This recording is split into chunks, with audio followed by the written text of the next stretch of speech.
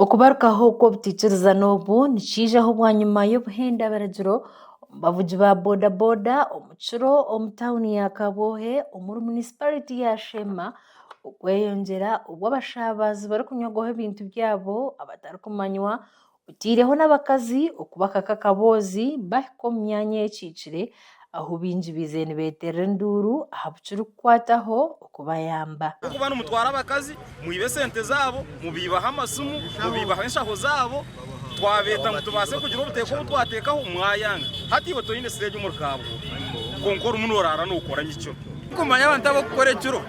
n'abashuma mwenu so tubakwate tugire ki tubakome hati wasanga Harrison naakora ekiro n'omuhambi mwena ati n'omushuma mwena nkyetagatire ekyo takumumanyaho kurabya mwehuriro y'okushorora abaana n'ebyana omurimo gwabo kwijaho bwanyuma y'omwe omu bavugi ba boda boda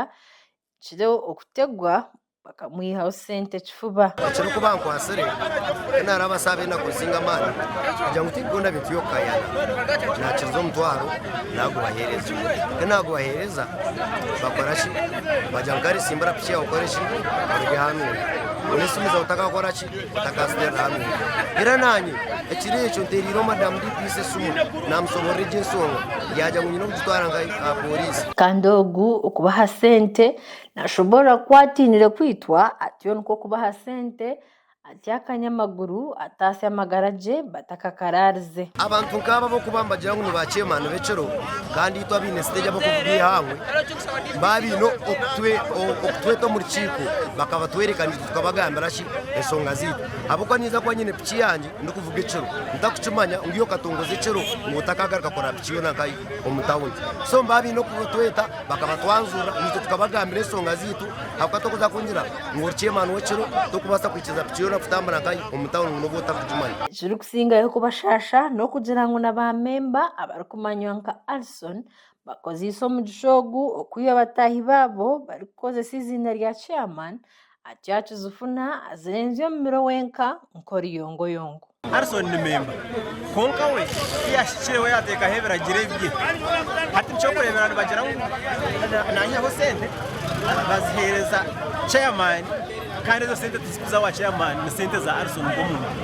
ahubwo we rwakugira ngu kutwara shinge omutwaro warugaho wiha emitwaro etaano we nazitwara zoona mwena hati nikimanyiisa ngu abantu abo bamara kushomesibwa okabeegyesa eki bashemereire kuba nibakora hakazaho ebiragiro birungi bikwemariirira obushuma nibuza kubaho enshonga zaabo bakagezaho kuzanjurira polisi nk'abavugi ba boda boda konka kurugiirira ahari Charles Kasapuri mukuru waabo polisi ekabiima amatu nkamukiiba omuntu nkaburiijo kwatwaza twagezeho twagamba na polisi ngu ebaase kugumanira byamu za patrol nyikiro abasigazi abatari biitu babihe mbagire bata babatware nokwakwa barya biitu konka batari kubamanya hati itwe nkyakara omu kasheshe nituzayo tugira tukonka ogu nowiitu kandi ogu tuwiitu konka nayo polisi terakifiireho munonga kwene kandi hati itwe obwebembezi obwitu tutkarara mu kirungu nitureeba abarikukora ryari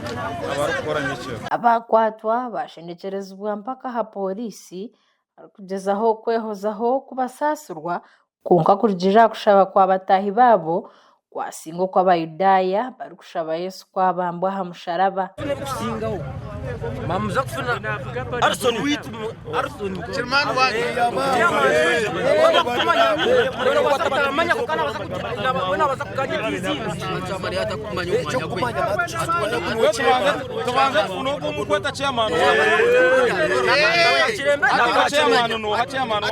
Harrison nakachirena Harrison musawa chairman hure bagamba utaka hure bikorwa mukano kanje utahurire by'abantu